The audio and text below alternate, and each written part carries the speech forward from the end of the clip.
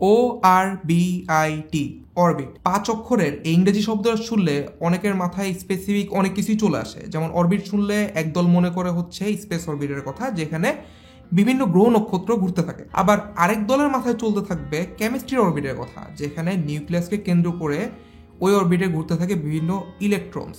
But আজকের পরের থেকে অরবিট শুনলে সবার মাথায়, মানে টেক জনরার লোকজন আর সাধারণ মানুষের মাথায় যে জিনিসটা চলতে থাকবে সেটা হচ্ছে ওয়ালটনের কথা। হ্যাঁ লেডিস অ্যান্ড জেন্টলম্যান, অরবিট এটা হচ্ছে ওয়ালটনের নতুন সিরিজ। আর এই অরবিট Y50 এই অরবিট সিরিজের নতুন ফোন। তো এই ফোনটা কি কি থাকতেছে, অরবিট সিরিজটা কিরকম, কি অরবিট সিরিজ আমাদের কি কি অফার করতেছে, সেই সম্পর্কিত যাবতীয় কথাবার্তা থাকবে আজকে। এটা কোনো রিভিউ না, অরবিটকে নিয়ে আমাদের চিন্তাভাবনা, আমাদের কথাবার্তা, মোরওভার আমাদের থটস। তো সেটা জানাতেই চলে এসেছি আমি মির সাহেব বিন আবদুল্লাহ, এবং আপনারা দেখছেন এটিসি অ্যান্ড্রয়েড টোটো কোম্পানি বা আসল টেক চ্যানেল।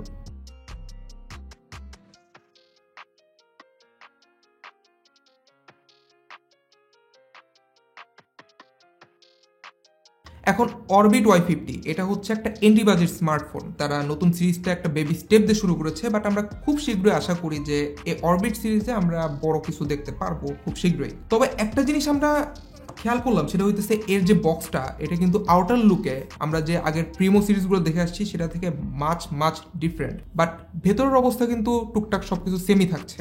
যেমন প্রিমো ফোনগুলোর বক্সে আমরা যেসব জিনিস দেখে থাকি, অরবিটের বক্সেও কিন্তু প্রায় একই জিনিসই থাকছে। স্ক্রিনে যেমনটা দেখতেছেন সবগুলোই পাচ্ছেন, কোনোটাই মিস যাচ্ছে না।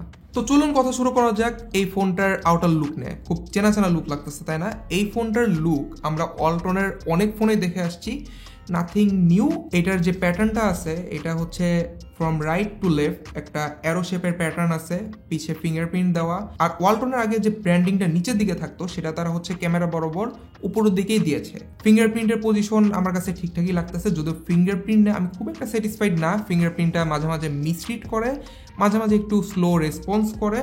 আর এটার যে বডিটা সেটা হচ্ছে ইউনিবডি প্লাস্টিক বিল্ড বডি। আমাদের হাতের কালারটা বেবি ব্লু, বাচ্চা নীল। বাট এটার আরও দুইটা কালার আছে, একটা হচ্ছে মেটালিক গোল্ড আর একটা পাইন গ্রিন, যেটার মধ্যে আমার কাছে মেটালিক গোল্ডটা সবচেয়ে বেশি ম্যাচিওর কালার মনে হয়েছে। ফোনটা বেশ বড়, তবে ফোনটা মোটামুটি হ্যান্ডি লাগতেছে। বড় হওয়ার পিছনে কারণ হচ্ছে এর বিশাল ডিসপ্লে। তবে একটা জিনিস আমি মেনশন করবো, সেটা হচ্ছে এর যে ইউএসবি পোর্টটা, এটা টাইপ সি তারা দেয় নাই, দিছে মাইক্রো ইউএসবি। আমি মনে করি মাইক্রো ইউএসবির জায়গায় টাইপ সিটা খুবই জরুরি। যে কোনো বাজেটের ফোন হোক ইউএসবি টাইপ সি চাই। সামনের দিকে আসলে দেখতে পারবো একটা 6.82 ইঞ্চের ডিসপ্লে, যেটার রেজুলেশন এইচডি। আর এইটার যে ডিসপ্লে কোয়ালিটি এটা মোটামুটি ঠিকঠাকই লাগতেছে। আমি বিভিন্ন এক্সট্রিম অ্যাঙ্গেল থেকে খেয়াল করলাম, কন্টেন্ট ওয়াচিং যাবতীয় যেভাবে টেস্ট করি একটা ফোনকে, সবকিছু চেক করে দেখলাম যে ফোনটার ডিসপ্লে ঠিকঠাকই আছে। দু একটা কালার একটু ওয়াশড আউট লাগে, বিশেষ করে একটু লেস স্যাচুরেটেড লাগে রেড কালারটা। তবে নিচে যে চিন এরিয়াটা, এইটা এখনকার অনেক ফোনের থেকেও একটু বড়। এই চিন এরিয়াটা আরেকটু চিকন হতে পারলে ভালো লাগতো। একটা V shape water drop notch আছে। ওভারঅল ডিসপ্লের কথা বললে I am so much happy. হ্যাঁ, একটা জিনিস বলা হয় নাই, সেটা হচ্ছে এর যে উপরের এরিয়াটা, আর কোথাও শ্যাডো না থাকলেও উপরে বেশ ভালোই শ্যাডোটা বোঝা যায়। এটা যদিও খুব একটা প্যারা দিবে না, বাট জিনিসটা নোটিসেবল। ডিসপ্লের কথা আসলে কন্টেন্ট ওয়াচিং এর কথা চলে আসে, আর কন্টেন্ট ওয়াচিং এর কথা আসলে সাউন্ডের ব্যাপারটাও চলে আসে।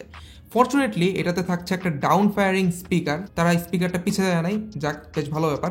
বাট এর যে স্পিকারটা সেটাও খুব একটা আমার কাছে স্যাটিসফাই করতে পারে নাই। লাউডনেসটা ঠিকঠাকই আছে, সাউন্ড কোয়ালিটিও ঠিকঠাক আছে। আমার কাছে ওভারঅল মিলে একটা কমতি মনে হয়েছে, আর একটু ভালো হতে পারতো। আর একটু লাউড হলে আমি আর একটু ভালো বলতে পারতাম হয়তো।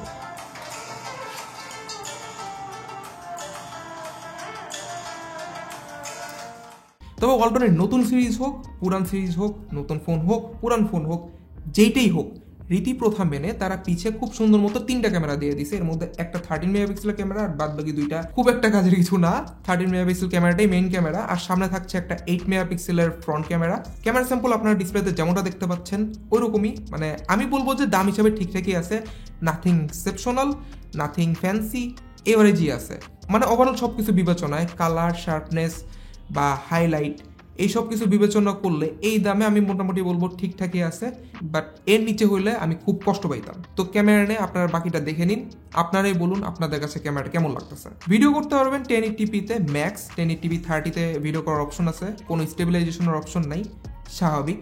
ভিডিও নিয়েও আমি খুব একটা তেমন কিছু বলতেছি না, আমার কাছে ওরকম ভালো লাগে নাই, বাট চলার মতো হয়তো ভিডিও করতে পারবেন। অ্যান্ড লাস্টলি একটা বাজেট ফোনের যে কি ফিচার সেটা নিয়ে কথা বলি। অ্যান্ড বাজেট ফোনের কি ফিচার কি সেটা হয়তো বুঝে গিয়েছেন, সেটা হইতেছে এই ফোনগুলোর ব্যাটারি 4200 মিলিঅ্যাম্পিয়ারের ব্যাটারি দেওয়া আছে, যেটা শুনে হয়তো খুব একটা মনে হবে না। অ্যান্ড এইটার যে চার্জিং ক্যাপাবিলিটি 10 ওয়াটে ম্যাক্স চার্জ হয়, বক্সে ওইটাই দেওয়া আছে, সেটাও খুব একটা বেশি না। কারণ এই চার্জার দিয়ে চার্জ করতে এই ফোনকে চার্জ করলে হয়তো প্রায় 2.5 ঘন্টার উপরে টাইম লাগবে। বাট 4200 মিলিঅ্যাম্পিয়ার হওয়ার পরেও এই ফোনটাতে আপনি ইজিলি 1.5 দিন কভার করতে পারবেন with decent screen on time. কারণ এইটার চিপসেট ওইরকম পাওয়ার হাঙ্গরি না, খুব একটা পাওয়ার যে কনজিউম করে এরকমও না। তো ব্যাটারি ব্যাকআপ নিয়ে বললে আমি বলবো যে ইটস ওকে। মোটামুটি সব কিছু এতক্ষণ পর্যন্ত যা শুনলেন সবগুলোকে আইদার আমি এভারেজ বলছি বা ভালো বলছি, বাট সব ভালোর মাঝে যে দুইটা জিনিসকে আমাকে একটু ঠেকাই দিছে সেটা হইতেছে এই ফোনের দাম, আর দামের বিপরীতে চিপসেট, বা চিপসেটের বিপরীতে দাম, বা বলতে পারেন 13,000 টাকায় হেলিও A22। দামের বা চিপসেটের বিবেচনা আপনি যেভাবে প্রশ্ন করেন আপনি আপনার দিক থেকে একদমই অ্যাকুরেট। এটা আমরাও বুঝতেছি যে এই ফোনটার দাম আসলে ওভারপ্রাইসড, এটা আমরা মানতেছি। তো ওয়ালটন এখানে যেটা করছে, তার একটা 4 GB র্যাম দিছে, 64 GB স্টোরেজ দিছে, আর এক্সপেন্ডেবল স্টোরেজের অপশন দিছে আপ টু 256 GB। এগুলা মিলে ওরা হচ্ছে ব্যালেন্স করার চেষ্টা করছে। পাশাপাশি ওরা হচ্ছে অ্যান্ড্রয়েড 12 দিছে, বাট এখানেও আমার একটা কমেন্ট আছে, সেটা হইতেছে তারা অ্যান্ড্রয়েড 12 দিছে, সেটা হচ্ছে ফুল ফ্লেজ অ্যান্ড্রয়েড। এটার লাইটার ভার্সন দিলে আমি হয়তো আরেকটু বেশি অ্যাপ্রিসিয়েট করতে পারতাম, বা মনে করেন অ্যান্ড্রয়েড 11 গোই দিত তারা, তো সেটা দিল, লাইটার অ্যাপগুলো বেশ ভালোভাবেই চলতো, ওএসটাও একটু লাইট থাকতো, বেশ ভালোভাবে সব কিছু আর কি হ্যান্ডেল করতে পারতো। এখানে যে ফুল ফ্লেজ অ্যান্ড্রয়েডটা দিছে, আমি মনে করি এই চিপসেটের সাথে এই ওএসটা যাচ্ছে না। লুক ওয়াইজ কথা বললে অ্যান্ড্রয়েড 12 বেশ আই প্লিজিং, একদম ফুল ফ্লেজ যেরকম অ্যান্ড্রয়েড হওয়ার কথা অ্যান্ড্রয়েড 12টা। ইউআই ওয়াইজ একদম সব অপশনই পাচ্ছেন, ব্লোটওয়্যারও খুবই কম, ইউএসপি বেসড রম মনে হয়েছে আমার কাছে, বাট তারপরেও আমার কাছে এই চিপসেটটা কমতি হিসেবেই থাকবে। A22 একদম বেসিক কাজের জন্য ঠিক আছে, তবে ছোটখাটো গেম খেলা বাদে বড় গেমের জন্য ইটস নট ওকে। আমি এইটুকুই বলবো যে একটা 13,000 টাকার ফোনে অ্যাটলিস্ট ইউনিএসওসি T610 বা T612 থাকা উচিত, অথবা সেটা না থাকলেও অন্তত হেলিও G35 থাকলেও বেশ ভালো হইতো। বাট কাহিনী যেটা হইতেছে, আমি এখানে এইগুলার কিছুই দেখতেছি না।